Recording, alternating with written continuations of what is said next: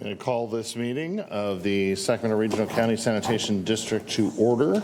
It is approximately 9:34 a.m. We are going to start with a roll call, and I am certain we have a quorum at this point. So cool. Morning, directors. Member Aquino? Here. Karpinski Costa? Here. Desmond? Here. Frost? Here. Hume? Here. Kaplan? Here. Kennedy? Here. Laloe? Here. Cerna? Here. Swen? Here. Villegas? Here. And Sander? Here. And you have a quorum. Very good. We are going to recite the Pledge of Allegiance, and Director Desmond, if you would lead us in that. Yes, thank you. Pledge. I pledge allegiance to the flag of the United States of America and to the republic for which it stands, one nation, under God, indivisible, with liberty and justice for all. Very good. We have a statement to be read and a public comment procedure to be recited. This meeting of the Sacramento Regional County Sanitation District and Sacramento Area Sewer District is being broadcast live on Metro Cable 14, the local government affairs channel on the Comcast Consolidated Communications and AT&T Uverse cable systems. This meeting is closed caption and live streamed at metro14live.saccounty.gov. Today's meeting will replay Sunday, July 16th at 9 a.m. on channel 14. This meeting can also be viewed at youtube.com/metrocable14. In accordance with the Government Code 54952.3, compensation for meeting of these legislative bodies is required to be verbally disclosed. The amount of $100 will be paid for each member participating today as a member of the Sacramento Regional County Sanitation District, and the amount of $100 will be paid for each board member participating today as a member of Sacramento Area Sewer District. Compensation for Sacramento County supervisors and City of Sacramento council members is paid to the county and city respectively to partially offset the cost of those governments. Compensation for other board members is delivered to the individuals. To make an in-person public comment, please complete a speaker request form and hand it to the clerk. The chairperson will call your name when it is your turn to make a comment. To make a public comment by phone, dial 916-875-2500 and follow the prompts to be placed in queue for a specific agenda item or off-agenda matter. Clerk staff will transfer each caller into the meeting. You may be on hold for an extended period of time, and your patience is appreciated. You may also send written comments by email to boardclerk@saccounty.gov, and your comment will be routed to the board and filed in the record. And that concludes the announcements. Very good. Has anyone ever wondered what it would be like to interview for the job of clerk? I think there's like an oral performance sort of standard you have to achieve. Excellent. All right, we are on with our timed matters, which are district consent matters for Sacramento Regional County Sanitation District. These are items 1 through 6. Move approval. Second. Any discussion? Any public comment? Let me check. We do not have anyone in queue, and I did not receive any speaker request forms. Okay, roll call, please. Actually, you can vote if you've all Oh, yes, logged that's in. right. We have the high-tech system.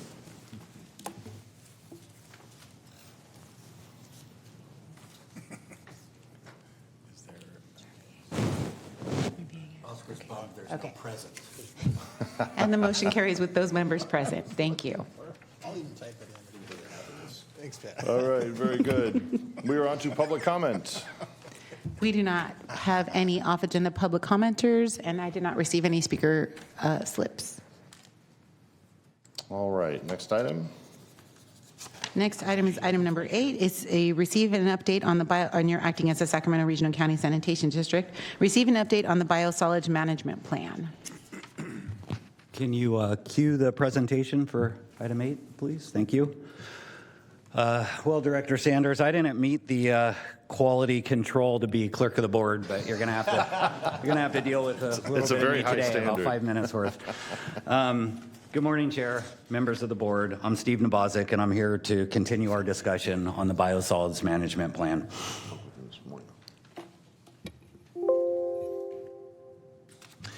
I'll briefly recap the May 10th board meeting, follow up with additional information to consider for a Senator contract extension, and then close out with the staff recommendation.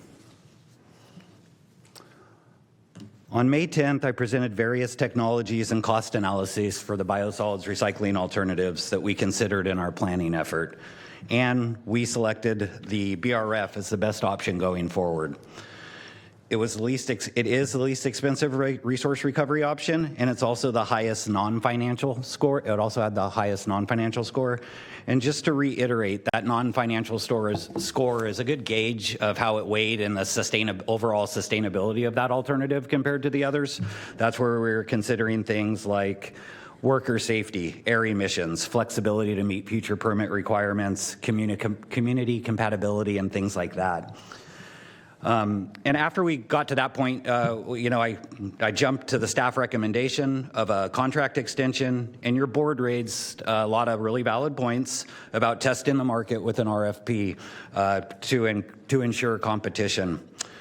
So today I am back with the same recommendation of extending with Synagro, but this time I'm actually gonna I'm prepared to walk through our thought process on how we got there and try to share with you why we think it's an important thing. And I apologize for not being prepared to do this adequately in May. And after that, obviously, we'll receive your feedback and proceed as directed. So if we, directly to what some of the comments were alluding to in May, if we were to proceed with open market procurement, we think it's going to take about 3 years. The first step would be conducting a condition assessment, and we'd include that in the RFP.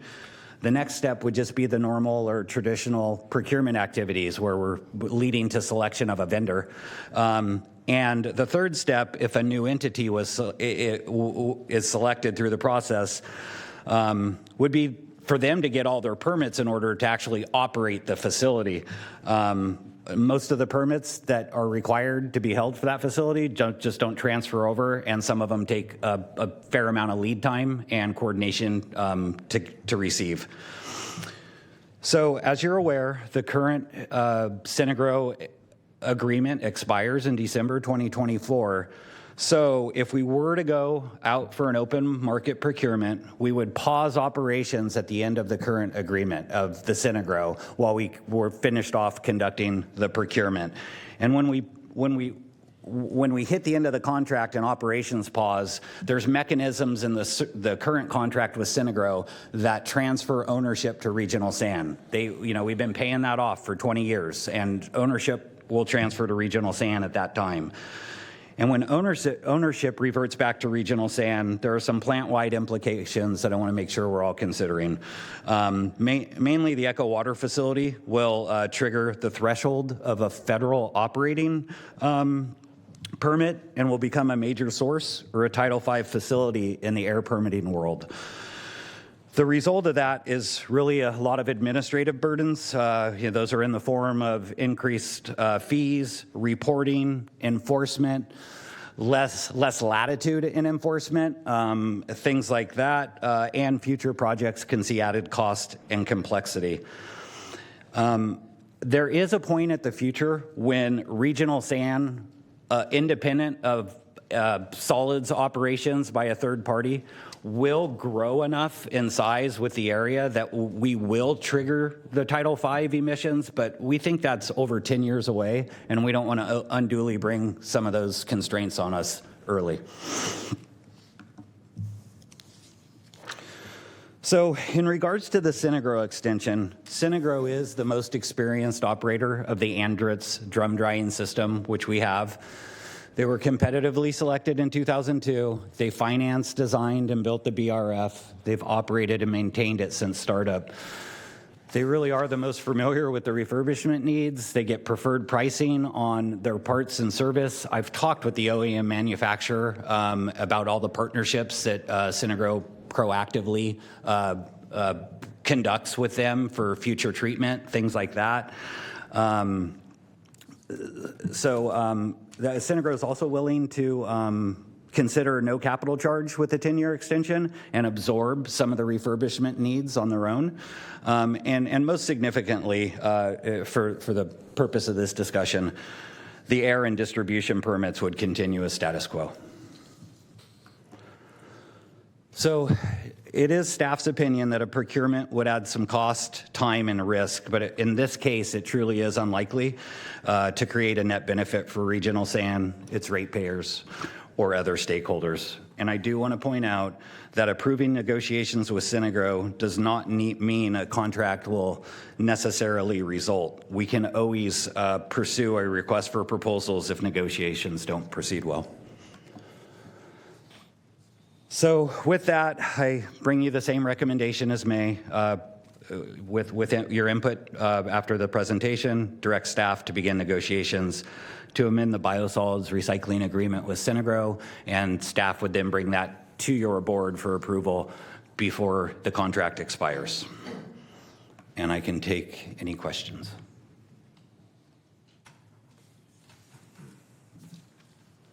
Any questions? Lisa. Thank you, Chair. Thank you, Steve, for following back up with this. I think I also want to thank County Supervisor Kennedy for broaching this and asking the start of questions. Being new, I think it's really helpful, one, to understand what this contract is and what it's doing. But, you know, it's always, when you have a locked-in 20-year contract, it's always good to go back to the public and tell them, hey, we've looked at it. We took a look at what's in the best interest of the public. This isn't just somebody who's getting another extension for 10 years without doing our due diligence. I think that's something we owe the taxpayers and public officials just to explain to them. And then one of the things I would hope that we'd look at, knowing that the procurement process is 3 years, that if this contract extension does go through, that you backtrack and it comes back to, and we start having early discussions. If there was to need to go out for another RFP, if we have hit certain level that Regional Sand is going to need to build their own, that almost backtracks it a little bit more. So I'd say kind of like 5 years from now, really looking at, because capital investment and building things takes time. 3 to 5 years is quick. Yes. So I would just hope that it could come back in 5 years and we look at what we see the future and the growth and the need, if it's something that Regional Sand will need to take on, or if there is another entity in the last 5 years who's come out to start looking at that process and getting whomever's on Regional Sands their direction thereof. But I appreciate the time that you guys took and also calling and walking me through this to understand it. But I just really think it behooves the public to understand why we're doing things and that we are being accountable. So thank you. All right, any other comments? Mr. Chair, I'd move the item. Motion made. Is there any public comment?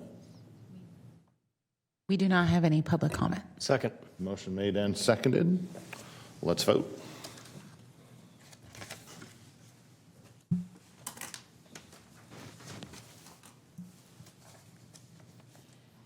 And the motion carries with those members present. Thank you. All right, that takes us to our next item, item 9. Item number 9, you're acting as a Sacramento Regional County Sanitation District. You're receiving Echo Water on-site chlorine plant evaluation update. Glenn's here with a quick chemistry lesson, right? Yeah. Go ahead and cue the presentation. Good morning, Board Chair and members of the board. I'm Glenn Bielefeld. I'm the Director of the Echo Water Operations Department. I'm going to discuss briefly the price increases we've seen in sodium hypochlorite, which is commonly known as chlorine, in this case, liquid chlorine. Then I'm going to have a brief discussion on the reevaluation of on-site chlorine generation at the Echo Water facility. Then finally, we have some recommendations and next steps for the board to consider. At the April 12th board meeting, we mentioned the need for some rate increases, and that included, of course, these substantial price increases in chemicals since December last year. At that time, the members of the board asked if we would take a second look at Regional Sand's previous evaluation for on-site chlorine generation, and that's what we've done. And we were, of course, doing that to see if we could do that instead of relying on the current chemical suppliers. So, on-site chlorine generation was considered as part of the original Echo Water design. This was well over 10 years ago. At that time and up until the end of last year, purchasing chlorine on the open market was in fact a much more cost-effective way of getting chlorine for our normal uses. Of course, at the time of EcoWater design, we were also concerned about adding significant amounts of salt to the process because there is a brine side stream that comes out of the generation of chlorine as part of one of these processes. And of course, there's also a great power requirement to produce that liquid chlorine.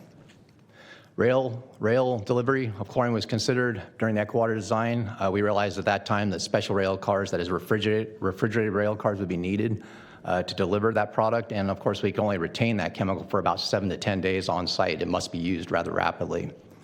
Also, our previous experience with rail cars, we know there's substantial Transportation Security Administration regulations for that, obviously chain of custody and such, and that was quite onerous at the time, just before we switched to liquid chlorine when we went to EcoWater and having that process. Also, at the time of that evaluation, small scale, that is site-specific chlorine generation facilities weren't terribly common at that time, and so there was some concern about actually embarking on what was sort of still a developing technology at that scale. Just to be clear, our chlorine use at the plant is used predominantly for disinfection of pathogens and viruses, and of course, we also use it for odor control. So the odor control happens at what we call the influent junction structure. That's where the interceptors that collect all the sewage from the Sacramento region converge at the top of the treatment plant, and we add chlorine at that point to knock down the odors at that before it enters the process. In December last year, the price of chlorine exploded, if you will. It was 87 cents a gallon, and then in December last year, we negotiated and it came back at $245 per gallon, and that was effectively a 280% increase. So what that means to us effectively is that our chemical budget for chlorine alone is going to go up by $10 million. It was $5 million last fiscal year. It's going to be $15 million this year to cover that cost. We also realized that there's becoming to be less competition in the western region for this product, liquid chlorine, and we've seen that other treatment plants throughout the region have been seeing similar price increases like the one I just mentioned. So we did an initial assessment of what it would take to have on-site chlorine generation at our facility, and what we realized is it's going to take 16 tons of chlorine per day, or approximately 25,000 gallons per day of chlorine at our permitted capacity of 181 million gallons per day average dry weather flow. A facility of this size for 181 million gallons per day would be about 3 to 4 acres in size. And we think right now that, this again, just feasibility level assessment, so it would be about a $45 million capital investment. And of course, that could vary widely, maybe increasing in cost up to twice that amount at the feasibility assessment level. To give a sense of perspective, I know many of you have been out to the plant for a tour, you get a sense of the size of things, but the square on the right there is the site of our cryogenic facility, which was shut down as part of the EcoWater commissioning. That site is available, but of course, to use that site for a facility that would serve just our plant, there would be some costs associated with demolition and repurposing that to make it ready for some type of installation there. The square on the left is a 4-acre site, and that's approximately the site. That's more a greenfield site, but that site location would be appropriate for what you might call like a regional chlorine facility if we were to find partners to go in on this with us. We have an alternative to odor management, and chlorine has been used for many years to treat the odors, as I mentioned earlier, and it typically is about 1/3 of our total chlorine usage. The other chemical we use for odor control is calcium nitrate. There are some trade names for this, and we do buy it on the market, but we also produce it on site at a facility called the nitrification side stream treatment. We can produce calcium nitrate on site. It's readily available in the market, and we do produce that. The current price of calcium nitrate turns out to be much more cost-effective for odor control than chlorine was until recently. The potential annual savings by switching to this chemical can be $3 to $4 million given the current price of chlorine. This is a brief look at the cost assessment. If we were to, just for reference, the first row shows the status quo at the price per gallon that we were paying. Of course, there would be no capital cost for infrastructure because that's what we were doing. But if we look at the 10-year net present value, that would have been $42 million in cost to continue to use chlorine the way we were. With the cost of chlorine the way it is right now at $2.45 a gallon, you can see that that net present value, 10-year net present value is $129 million. If we were to switch to calcium nitrate for odor control, and we're doing that now as a pilot, we do have some capital infrastructure cost to support that with tanks and such, pipelines. But again, the price for chlorine on the market right now is $2.45 a gallon, but we'd use 1/3 less. Therefore, the net present value would be $85 million. And then, of course, with an on-site chlorine facility, the price we believe would be for operations and maintenance of that facility $1.10 per gallon. That would be for the extra cost of all the commodities you'd have to buy to support that facility as well as power. And that would, at the 10-year present value, would be $82 million. So you can see the third and the fourth row are roughly the same value over the 10-year period. So there are some benefits to considering on-site generation. Of course, it would be a reliable source of chlorine that is currently below the market price. There's also apparently a 10-year payback on that investment at that price. And of course, that means that the raw materials that would support that process stay at basically their current price as well. There's also some potential to partner with private entities to construct a regional chlorine plant on site, but we have limited space. As you know, EcoWater really built out the plant. We'd have to find a site that's probably 4 or 5 acres in size to build this facility, and have to be reasonably located within the proximity of where we would be using the chemical. There are some risks with this. The production of a facility like this would be fixed, and of course, because flows to the plant vary, we wouldn't have to use it all, so we'd have to find a way to either sell the excess, or we'd have to build a facility that's right-sized for our facility currently, in other words, a smaller facility. There's a huge power consumption for a facility like this. It would use 2.2 megawatts, or about 30% of our current electricity demand. So of course, that means we'd be buying more power off the grid, and for the future, if the plant, and we do have aspirations to be a net energy zero facility, that would pretty much maybe make that not achievable anymore. We'd also be reliant on other raw materials. I mentioned salt before, but it would take 26 tons of salt per day to support this facility. And we need other chemicals like sodium hydroxide and of course power, and all those particular raw materials are not necessarily fixed in price, so they may go up as well in the future. There's another issue that I think the board needs to be aware of is salinity increase, salt, if you will, in the effluent. I mentioned a brine side stream that comes from this process. Many of these facilities are located near saltwater areas, oceans, for example, and they can discharge to that. But here at EcoWater facility, we'd have to treat that. And of course, that would increase our salinity levels in our effluent by 25%. The risk there is, of course, we're embarking on the harvest water project to deliver water to the south of the plant, and that may be a concern to our customers in the future, since that water is being used for agriculture. Also, there's a part of the process where there is a chlorine gas created, and that might trigger what they call the CalR PSM regulations, which means California Accidental Release Program. We know that the cost to comply with that type of a program is big and it's onerous. And right now in the state of California, you would have to have 100 pounds of chlorine gas on site to trigger that program. So with input from the board, our recommended next steps are to continue the effort to replace or reduce the chlorine used for odor control. Also continue to monitor the chlorine market and assess the alternatives for chlorine suppliers. We would also proceed with the issuance of an RFP that we'd like to complete by the end of this year to see if we can pick up the most competitive price possible for chlorine. And then we'd like to reconsider the use of a chlorine generation facility on site maybe in a year when we have a better sense of where the market is headed with all these different raw materials and chlorine. And we also know how much chlorine demand we can reduce after we start to use this calcium nitrate more extensively for odor control. And then we would know how many serious partners by then we might have if we wanted to embark on a more regional approach to this. And that opens it up to questions.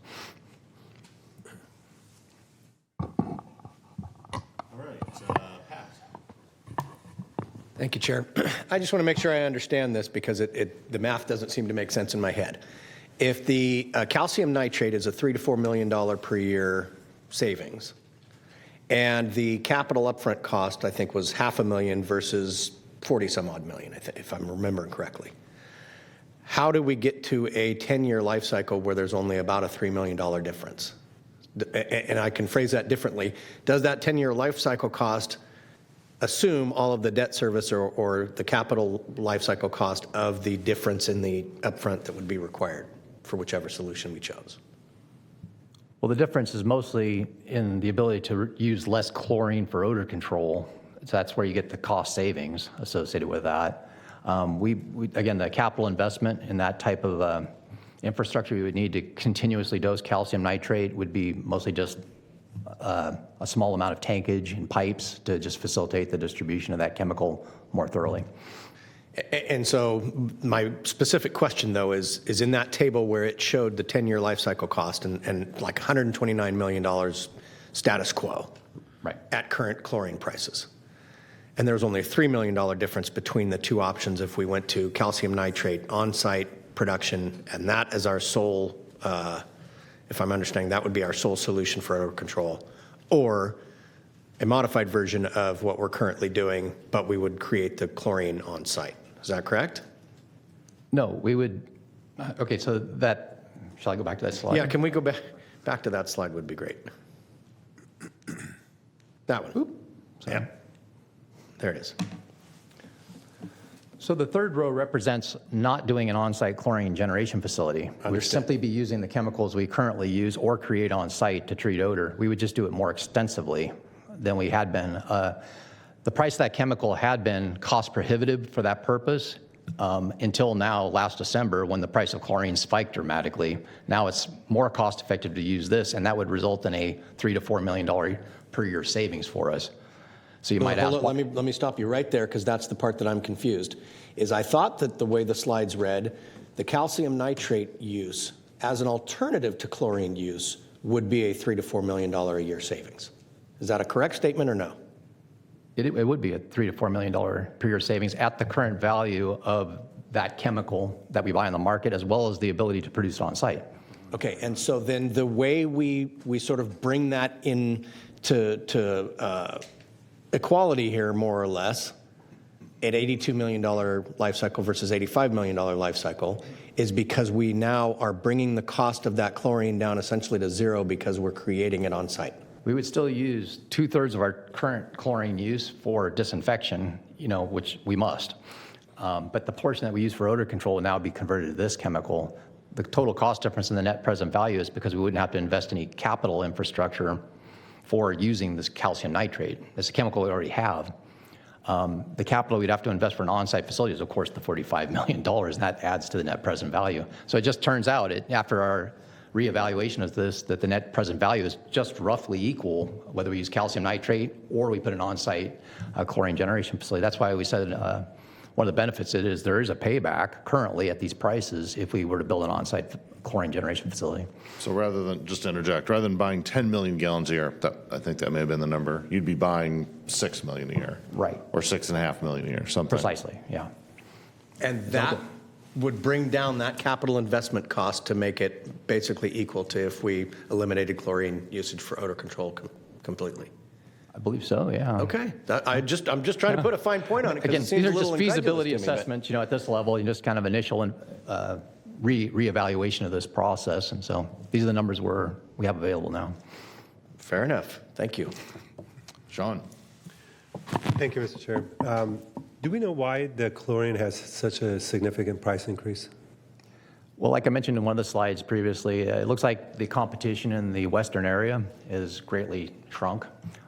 There's just a couple of producers of this liquid chlorine chemical, and most of the treatment plants in the area are going to the same source. That's one of the major reasons. Is it because of state regulations that they're shrinking, or what's causing this? Not quite sure. Could have been, I don't know. What I can say is that the CASA-LEG committee, the California Association of Wastewater Agencies, they've been made aware of this in May, that there is some limited supply of this chemical, and they're looking to reinvestigate this later this year and consider maybe some legislative options for ensuring consistent supply of this chemical that's necessary for both water treatment and wastewater treatment. Thank you. Rich? Thank you, Director Laloy, for, is it this mic? Director Laloy for asking, because those are the questions I have, because obviously, I don't know if it's driven by the market or a change in the regulatory and some regulatory issues, because obviously, if this huge swing in the cost of chlorine, if that changes, if it comes back down, that dramatically impacts if we go with option 4, of course, right? Yeah. Whereas with the calcium nitrate option, it would benefit us certainly if the cost of that chlorine went down, right? Absolutely. And have we seen this kind of wild swing in the market with chlorine before like this? No, we have not. This was unprecedented. That spike increase we saw last December, as mentioned, it was consistent with other price increases with other wastewater agencies, but it was completely unprecedented. And you're right, if the market changes and the prices go down, that would change this entire evaluation. That's why we're recommending to our board that we, pursue what we're doing right now with our abilities on site to use this other chemical and reassess this maybe in a year. Yeah. Okay.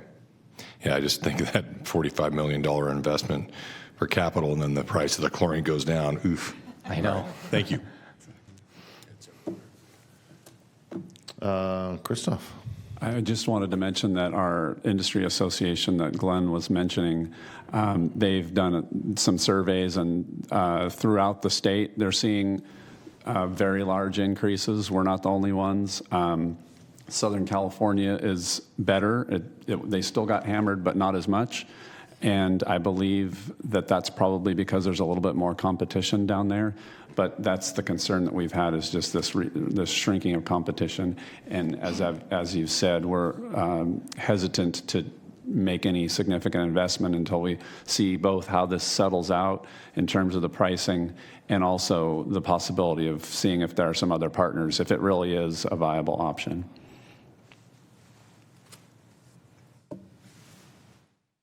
Lisa. Thank you, Chair. Christoph, you actually brought up something in your comments that, I think is worth looking at. If Southern California is not being hit as hard because they have more competition, is there a monopoly in price spiking that's happening here? Because Southern California is not so different than Northern California with supply, and it shouldn't be with supply. I don't know if there is you mentioned a regulatory agency, if somebody can look into that, but I do find it fairly disturbing that Southern California has more competition and they're not seeing these price spikes that we are in Northern California. So I think it behooves us looking into that. And then I would just hope, Glenn, that we don't wait a year, but we actually look at this in 6 months and what is the status going on, especially if there is a trend that there is some price spiking. Will do. Yeah, we routinely monitor the price of chlorine for ourselves as well as other agencies. I had mentioned that the price has gone up for many agencies, but we track up to 14 different agencies and kind of the prices they're paying. But it does include some of the agencies down south, like Sacramento, LA Sanitation District. So, yeah, we'll always watch it and we'll reassess in 6 months. Yeah, and then, Christoph, is there anybody besides us reaching out to our assembly member and senator to take a look at this, any state agency other that can help assist? So that's what we're working through. CASA is the organization that we're members in, and they are beginning to advocate at the legislative level. But this is all just, getting started. Basically, the agencies are starting to go, wait a second, it's hard for us to tell what exactly is happening. There's a lot of discussion about cost of raw materials. There's discussion about competition. It's all anecdotal, but we've also heard that some of the plants that have closed, there have been some strict regulations that have been put on them, so they're closing some plants. I think a lot of things are happening, maybe coming together at the same time. But our best bet to advocate is through our association, which we're doing. Thank you. And just to report back, I think it behooves all of us knowing what's going on, whether it's an email or something, just report back what's the status of what you're finding out would be helpful. Okay, we could bring back an item in 6 months if that makes sense. Is a substantial portion of the cost of the chlorine shipping? Yes. I mean, with the contract we have with the current provider, they provide all the trucking for delivery. And do you know where it's being trucked from, just out of curiosity? Yeah, they have a facility that produces liquid chlorine in Pittsburgh, California. I know it's sort of like if you're in the gravel business, right? You're not actually paying for the gravel. That's almost free, but the shipping is going to cost you. So I know chlorine won't be free, but that has to be a substantial portion of the cost that we could eliminate being local.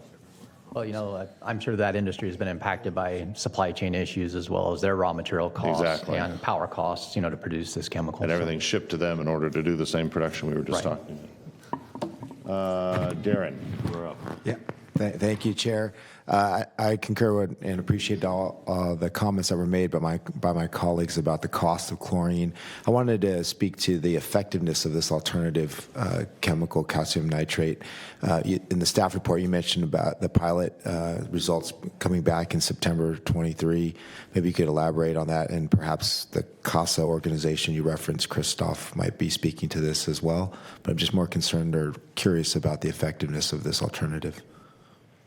So this alternative using calcium nitrate for odor control is already proven.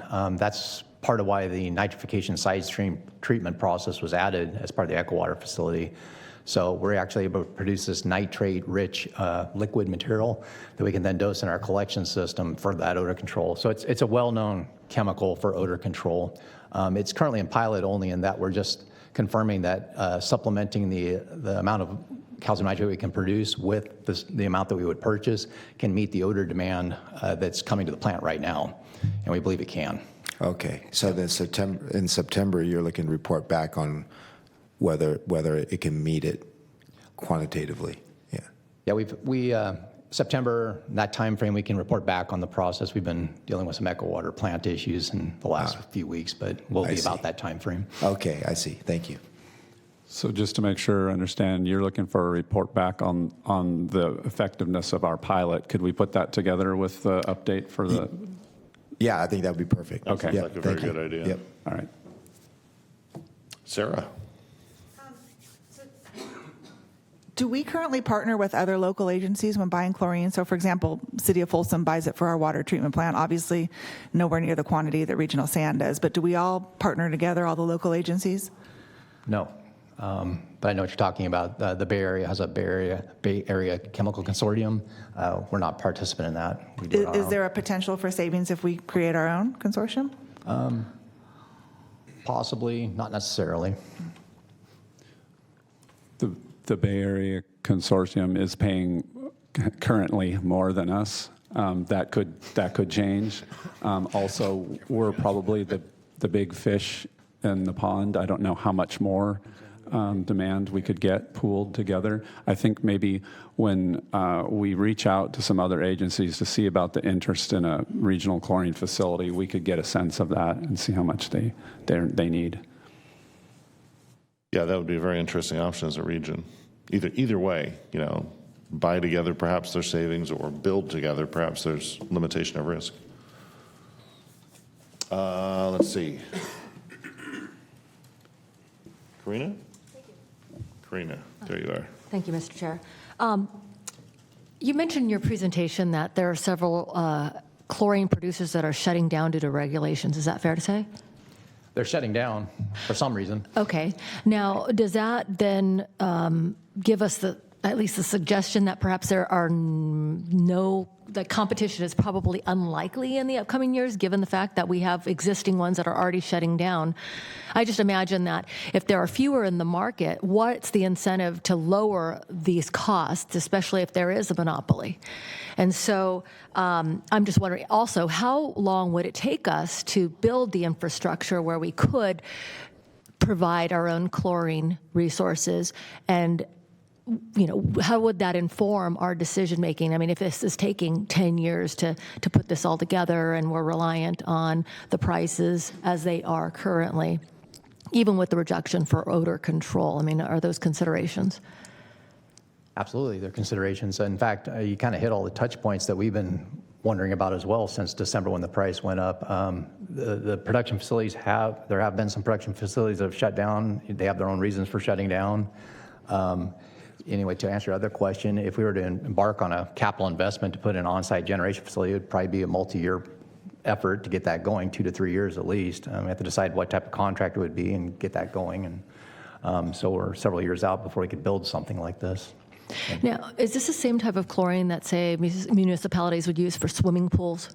Yes. Okay, so you're talking about the overflow. I know that, for example, the city of Elk Grove has a multiple water facilities. I know the city of West Sacramento is also considering a potential investment. I'm ignorant to this and chlorine sales, but I mean, the amount of chlorine that could be provided to local swimming pools and stuff, is this something that's of the capacity that we would be having as far as excess? Well, like I mentioned earlier, if we had an excess, we would have to get rid of it because there's limited storage time. So there would have to be some type of a distribution capability if we had that excess. I think if, like Director Sanders said, if the price of the market goes down or fluctuates dramatically, it would make sense for us suddenly then to go back to the market, and we would want to turn this facility off. So we're kind of in that. We want to build a facility that's right-sized for our plant, and not much more. In that outreach to other agencies to see how much the demand there is, we could get a sense of what that demand looks like. But we would either need to probably size below what we need and continue to buy some. I think that would probably be prudent, or we would have to have some very firm agreement with other agencies that they were also going to be utilizing a certain amount, because we don't want to end up with extra chlorine on site and not knowing what to do with that. Thank you. Thank you. Sean, I'm sorry, Jana. Jana's up. Thank you, Chair.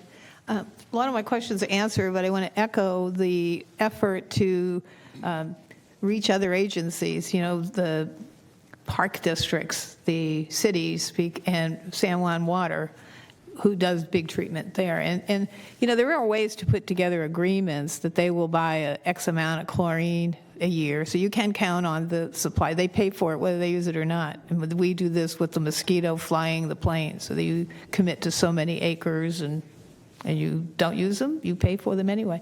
But I also had a question. Does chlorine come any way other than liquid?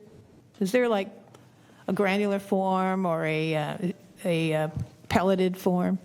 Yeah, sodium hypochlorite is the type of thing you would buy for your pool, like the tablets. So it can come in that form, these compressed powdered chlorine, if you will. Does that change shipment? Because you're not jiggling liquid around in a rail car? Well, does it change the treatment? Shipment. Shipment. Yeah, I'm sure it would change the shipment, and they would probably put it in different types of containers and deliver it that way. But once it's on site, of course, then how would you utilize it? So a liquid form is the way we're set up to receive and then deliver the chemical to the process, which is, My recollection, I worked in laboratories, is that these little teeny sodium hypochlorite pellets, when you add water to them, creates a real thermogenic reaction. So right. It seems to me you just dump the pellets in the water and you got dissolution. Well, in fact, in some cases we have purchased chemical like that for other purposes, for cleaning and such of some of these large tanks. Some of you have been out the plant, you know what the tanks are, but we'll use those tablet form of the chlorine to actually do cleaning activities. But typically for our disinfection and normal treatment processes, we would go with liquid chlorine today. But to your other question, for many years we used gaseous chlorine on site, and that came in by rail car, and that was a completely different animal. At that point, the gaseous chlorine was then mixed with water and made into a liquid form anyway for delivery to all the existing treatment processes. Interesting. Thank you. Yep. Sean. Thank you, Mr. Chair. Have we seen this pricing increase in other states on chlorine? Our evaluation or tracking, if you will, for the price increases have really mostly been in the western region. So I don't know how many other states you're talking about, but beyond the western states here, we don't go too far east. I don't know, in other words. I'm just curious that is it just a western region that's been hit with a 200% increase versus other states? And if so, can the product, I'm curious, how much is the shipping? I mean, that does play a role, but I don't anticipate the shipping costs to have increased by 200%. Right. So the question that, if you could add that to the list for September. Okay. Number one, I'm curious, what is truly a shipping cost? And in other states, is it still 87 cents, or they've seen an increase also? And if it is 87 cents, are we allowed to go beyond western states and find a product to be shipped to Sacramento or to our region, and what would that be? Because a 200% increase in cost, in price, it just doesn't happen overnight. Right. So again, I'm back to, is it state regulations? I know, as you know, California, we have some nice regulations that sometimes I question, but. So many water and wastewater treatment plants, of course, nowadays use liquid chlorine, or they converted to it recently. But I've mentioned a couple of times that there's a storage time limit for this chemical. So even if we were to go further east and pick it up by rail car, again, special rail cars, it would be a transit time to get to the plant. You lose some of your time at that point, and then you have to use it even faster when it arrives. So there's a balance of issues in that discussion about going further east for these types of chemicals. I appreciate it, but if we could just kind of bring that up for September, it'd be nice to see. Yeah, Thank you very much. I think that's helpful. The distance limit, there is a distance limitation. There's a kind of a circle around us that would have to be within. But I think that's an interesting question to find out what's going on. It might help us get a sense of what's driving the price as well. 200% is the. Thank you very much. I think I heard you say, Christoph, that some plants had closed, some generation plants had closed. Yes. There was a large closure of a facility in Tracy, California. So laws of supply and demand being Exactly. in play here, we may have lost supply. Demand is the same or rising. Yep. Yeah, that's interesting. I think anybody that owns a swimming pool has seen the price increase. Price too. goes up. Well, there we go. Yeah. You made a comment about the plant. If you did a chlorine generation plant, there's an on-off issue. Like, I think you suggested, like the production has to remain constant and on. That's right. So these types of facilities, they're making a steady stream of product, and again, you have to use it regularly. So once we cross the 100 pounds of gaseous material on site, we would be in the California Accidental Release Program. So we'd have to make sure that we right-size the facility so we're making the amount of chlorine we would typically use now.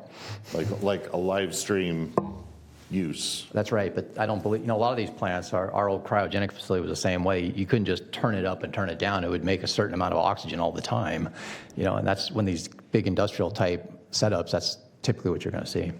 Not a lot of, they call it turn down. There's not a lot of that. There was also, there's hydrogen as a result of the electrolysis. Yes. Did your analysis suggest any, use for that hydrogen? I know we're looking at fuel cell projects elsewhere on the site. At this level, we hadn't considered that connection between the Biogen project and this project. Again, this is just a feasibility level assessment, so no. That could offset some of the energy demand, I suppose. I have no idea how much, but I'd have to look at it too. A portion of the byproduct or a product from this type of a thing is hydrogen.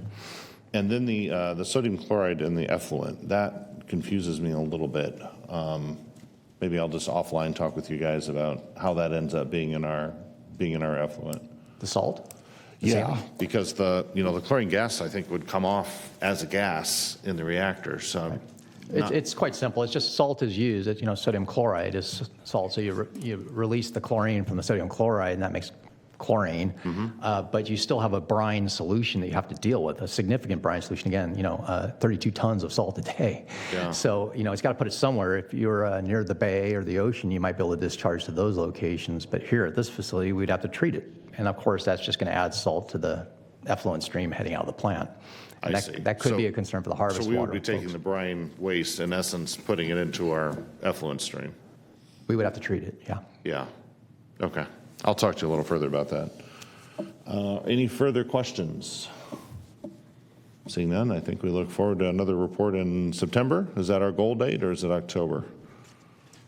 Well, as I made that suggestion to put the 2 points together, but I also realized that one request was for 6 months out, and the other is more like September's only a couple months out. So, can we wait 6 months and do that together, or do you want to hear something sooner on the pilot results? Pilot results and evaluation of the market, a little bit of partnership discussion. I guess there's a few moving parts. Yeah, those are more like 6 months if you put it together. 6 months. Okay. All right. Looks like by acclamation, that's acceptable. And make sure you include the periodic table of elements when you send this, just for reference. I have one hanging in my office, but I don't know. You could just ask Chair Sander. All right, thank you, directors. Nice. All right, that was a very fun item number 9. Longest receive and file ever. We're moving on to item 10. And number 10 is you're acting as both the Regional Sanitation District and the Sacramento Area Sewer District, adopting the investment policy for the Sacramento Regional County Sanitation District and Sacramento Area Sewer District for fiscal year 2023-24, and adopt amended membership for the Investment Advisory Committee. All right, so I just have a quick report on this. We review our investment policy each year, and so we don't actually have any changes to it, so we're just bringing it forward just so you see that this year. And then as far as the makeup of the committee, not Chair Howell, but Carrie Howell from Folsom is no longer on our board, and she was on the committee, so we used to have 3 members. So we need to get another person to volunteer to join that, although right now there's 2 and we have functioned with 2. There was a discussion about that makeup of the committee, and we started to realize that there may be some Brown Act issues with staff being on the committee and then transmitting information from our consultant to the other members on the committee who are also board members. And our council suggested that it might be better if we were not, there weren't any staff officially on the committee.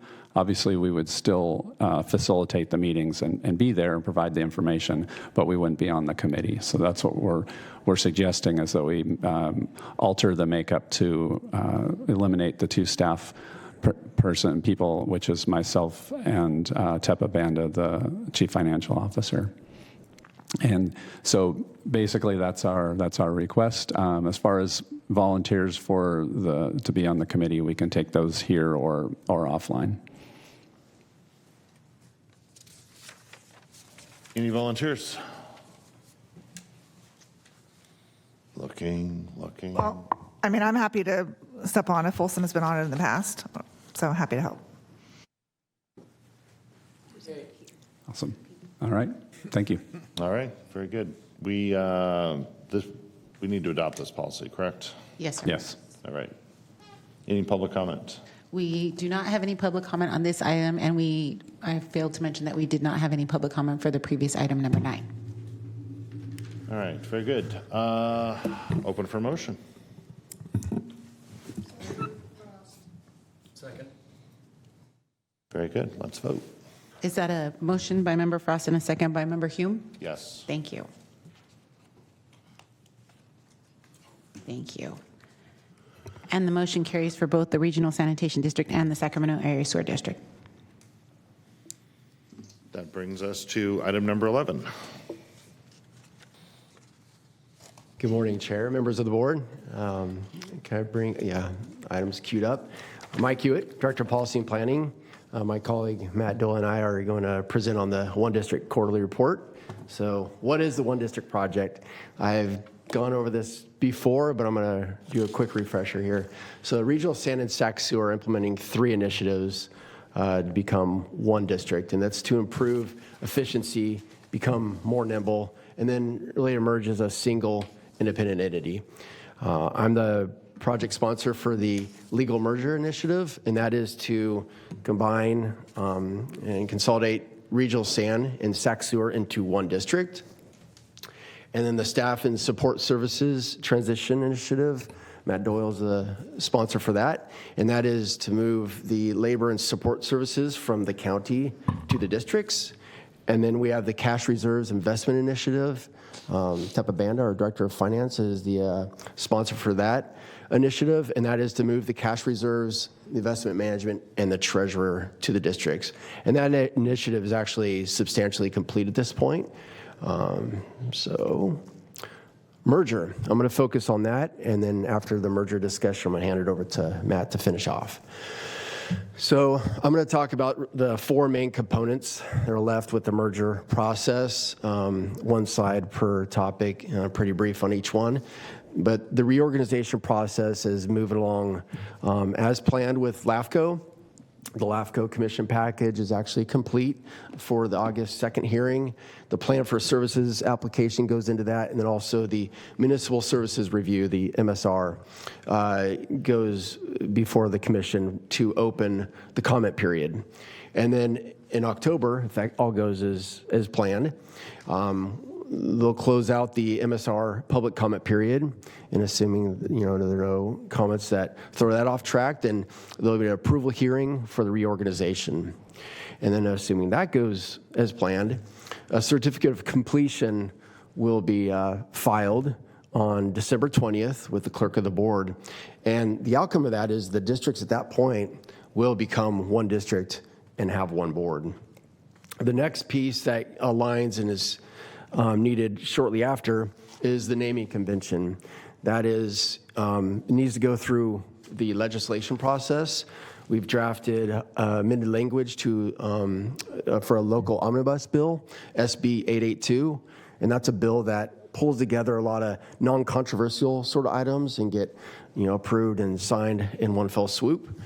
And there's actually a committee hearing today to improve incorporating that language into SB 882, and everything looks like that's a go. There's full support on that. And then the effective date, if that legislation goes through, will be January 1st, 2024, and it is contingent on the certificate of completion being filed by LAFCO. So at that point, we'll be one district, and then that district will assume the name of Sacramento Area Sewer District, SAC Sewer for short. And then there's the financing authority agreement that we currently have in place that is actually between Regional San and Sac Sewer. But being that we're going to combine into one district, we need another partner to be in that finance authority, JPA. And so we reached out to Central San, and they were looking to do something similar. So it worked out very well for us.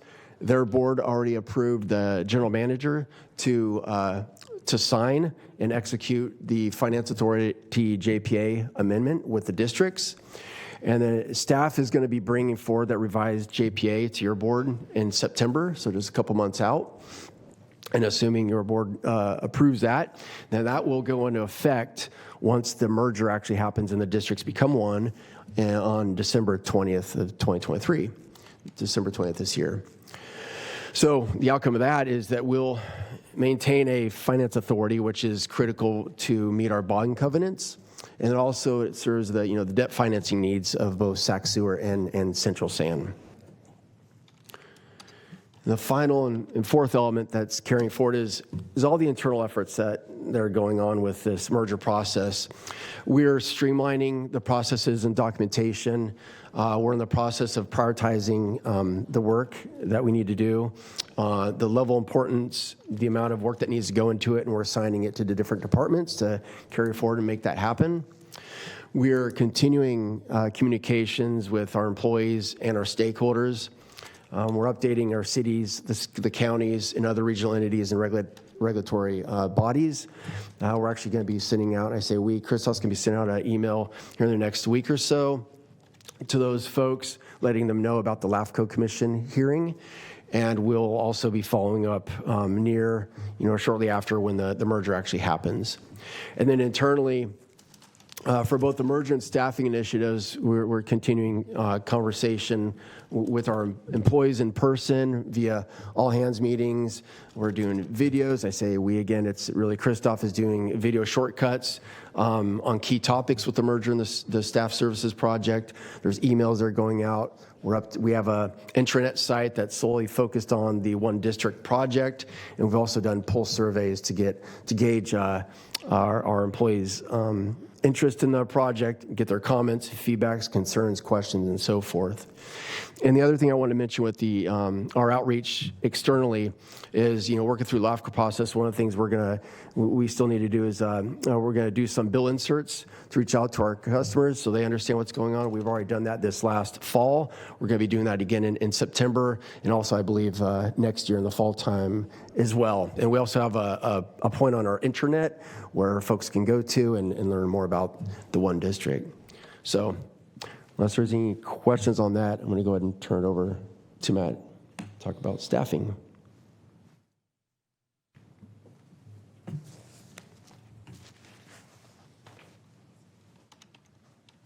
This is new. Good morning, Chair and members of the board. My name is Matt Doyle. I'm the Director of Internal Services Department. And as Mike mentioned, I am the executive sponsor for the staffing services effort. So as we start to analyze these various services, I'd say basic question, but it turns out that the answer is not basic, is what does it take to become an employer? So we leveraged our consultants, we talked to county council, we had internal staff, and we tried to identify the various aspects that are required to become a new employer. As you know, the districts have never employed directly district staff. We've always utilized county staff and contracts, so this is fairly new. So far, this is basically a living document, but we've identified 52 tasks associated with becoming a new employer. And these are some of the examples. There's federal and state employer requirements, a lot of insurance, so state disability insurance, workers' comp insurance, unemployment insurance. There's also employment or employee onboarding requirements. There's forms, I-9 forms, et cetera, that need to be completed to be an employer. There's a compensation structure and payroll. So it turns out we have to pay employees and continue to do that.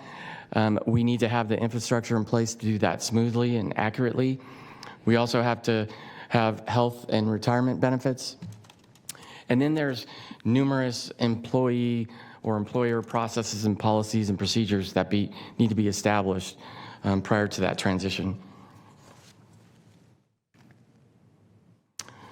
So as you may have noticed, a lot of those critical tasks are human resources services related. So we want to take some of those big ticket items that I mentioned, specifically the benefit resolutions and some of these other ones I'll talk about somewhere around the fall of 2023. So we have the benefit resolutions, the compensation and class, and currently we have 150 job classifications. And about 30 of those have significant changes that we need to address. And then there's a few others that are just minor changes, such as references to the county or old job classification titles that we need to clean up. And then we also have the employee and retire benefit plans. We have narrowed it down a little bit.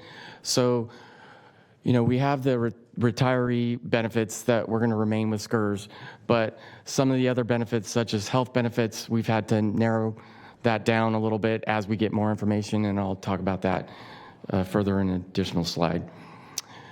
We are continuing to contract with RGS, that's our HR consultant.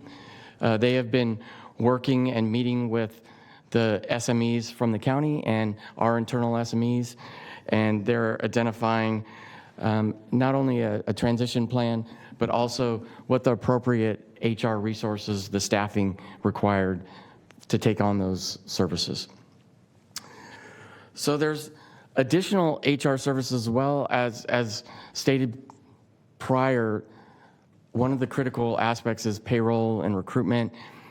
It was initially discussed with the county early on this year, where we were both assuming that we would be able to continue through Compass, and that Compass is the SAP system that the county uses, and we therefore use that as well. And as we got into further analysis, the county specifically, it was determined that that's probably not a viable option.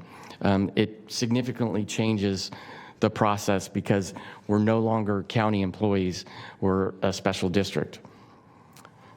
So with that information, we went out for an RFP just recently.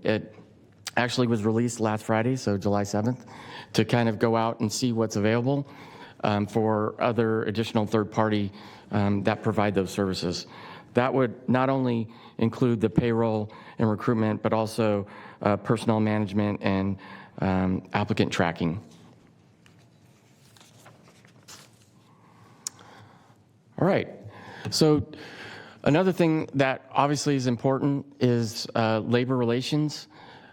We are working to ensure that there's a smooth transition of that and starting communications this Friday, actually, July 14th.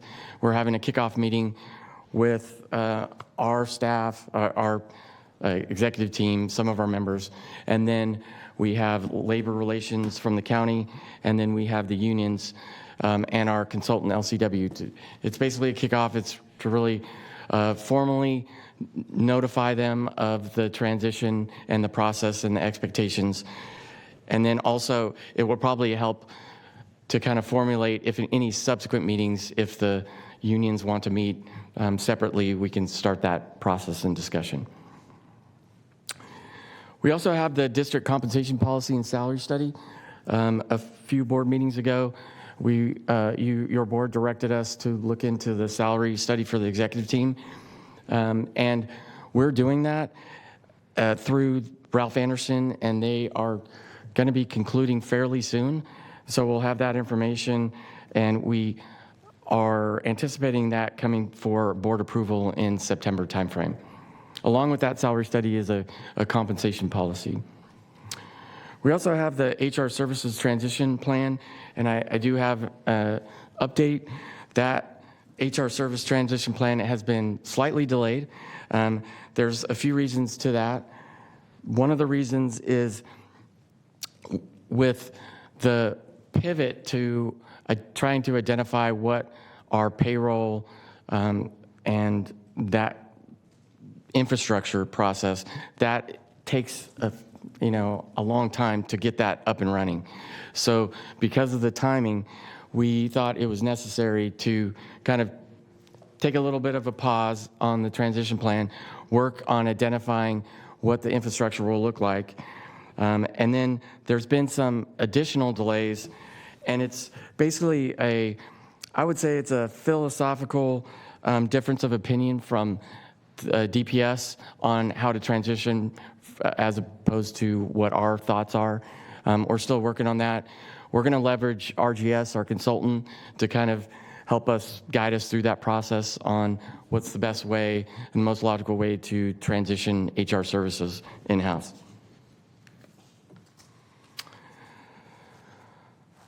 So we do have a few updates. We transitioned the fleet services, so all of the maintenance, procurement is now in-house at both facilities, so both Regional San and Sac Sewer. We have or are close to closing out service level agreements for real estate and the fueling services agreement. So we did close out the fleet services, but there is a small component with the fueling services that was slightly delayed because of a last-minute recommendation from an SME. We also have the IT agreement through DTEC to supplement our internal IT staff. And then we have CUBS and construction management inspection that will continue even after our separation. So looking forward, I'm not going to go into too much detail because Mike already kind of talked about it, but we are focusing a lot on the communication for staff. As you would imagine, there's a lot of potential anxiety from staff as we're transitioning, so we're being proactive. Mike mentioned GM videos. We've had some good feedback from staff. We also have the one district site that he mentioned where staff are able to ask questions and then we answer via that and then it's posted on that site. There's also FAQs from previous questions that are answered, and then we also have kind of a report that kind of gives an analysis of the various services and what the status is of those services. That's kind of focused on our internal staff. We did recently just create a monthly report to the county executives, which really provides a timely monthly report to them on what basically the status is of the various services that we're looking into, who's doing what, when, and that was just created, and we rolled that out last month. We also have exciting news. The actuarial analysis from SCRS is completed, and it was sent to us, and we hired a consultant to kind of validate that actuary report. And once we get that, it should be probably in the next week or two, then we'll be ready to have negotiations with the county and to kind of figure out the district's employee liability. So I'm going to conclude with this slide. I know this has been a long journey, and it's really been kind of associated with the master interagency agreement sunsetting in June 2024. And so our goal was always tied to that, where July 1st we would be a separate employer, all district employees. But as we started to go further into the analysis, we started to look at some of the logistics and the complications that separating at a fiscal date versus a calendar date created for our employees. We have health benefits. So they have health benefits mid-year, would switch to potentially a different provider. Their deductibles, all of that, they might have they would have multiple W-2s. There's these things that directly affect our employees. Whereas the fiscal year was more of the budgeting stuff, and we could work that on the back end a little bit easier than, say, the health benefits and some of those other key services for our staff. So with that, we believe a new separation date of January 1st, 2025 is warranted. So with that, I'm going to open it up for any questions on the merger or the staffing.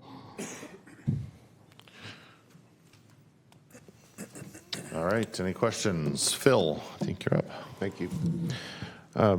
Appreciate the report.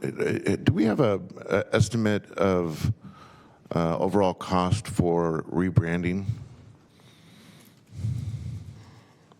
I'm going to pass. I'll take that one. I'm Nicole Coleman, Director of Communications. In terms of branding, the brand that's already out there, the Sacramento Area Sewer District, is the brand that we're going to continue investing in.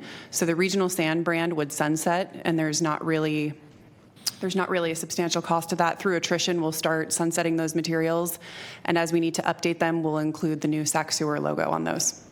So vehicle signage, everything,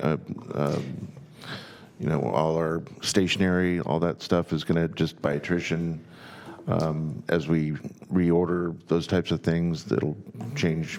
Correct. So Regional Sand, I can't speak to the fleet size, but we'll develop a plan for updating their fleet. I think Sac Sewer, and please correct me if I'm wrong, has a much larger fleet. So those vehicles won't be changing. In terms of stationery and business cards and all of that, the Regional Sand letterhead, business cards, things like that will get used up, and we'll update them as we go and just stick with the Sac Sewer. Thanks. So one thing to add to that is the Sac Sewer is more forward-facing to our customer, whereas the Regional Sand old logos are more facility-based. I mean, there are some, but in generally, that's an added point. Karina? Thank you for the presentation, and I also want to remark upon the contribution of the members of the subcommittee that have been meeting to get to the point of this presentation. This wasn't touched upon, it wasn't within the scope of the presentation, but I'm curious if you could articulate, please, the relationship that some of the auxiliary members, such as West Sacramento, will have once we reorganize the group under the umbrella of regional sanitation. Will we be voting on the matters that have been traditionally separated in the past? Because I know, like, for example, today we're going to move into Sac Sewer. Some of the regional sand members will exit stage left. And also, would we be renegotiating with those previously, well, once we institute this, there'll be previously auxiliary members, but billing and things like that, how will that be affected with the members? So Nothing will change. So, okay, let's start with the board. So essentially the same board members will be voting on all items. There won't be, right, like you said, exit stage left when the SAC sewer's over, when the regional sand's over. So basically, whether, regardless of where you are in the community, you'll be voting on those items within the service area. And as far as billing agreements go, we, in fact, on this agenda, we have billing agreements that are coming forward. Those will be in place. So because one agency, Regional San is actually, this is not the technical term, but is absorbing SAC sewer. All of the agreements, responsibilities of SAC sewer will become part of the responsibilities of the successor agency, which is Regional San. Even though we're going to call it SAC sewer. Right. I know, it's complicated. But so basically all those agreements will still be in place. They'll just be in place with the new agency. There may be some over time that we'll want to clean up if that's unclear, but we'll still have the agreements, and we still know that one is a successor, the new successor agency. So as a new board, folks who are previously Regional San can now second a motion without causing a debacle. There will be that lack of confusion. We also have the whole thing with the chair needing a chair Right, from both. We'll get rid of that problem as well. And it just happens that the legislation will be effective January 1st. So our first board meeting in January, we'll be able to elect the new chair and vice chair for the full single board. Beautiful. Thank you. Thank you, Christoph. Any other comments or questions? Okay, this is a receive and file item. Thank you very much for that report. Sounds like we have a little work to do on the HR front, but the change of date seems like a big benefit. All right, we're moving on to item number 12. Miscellaneous.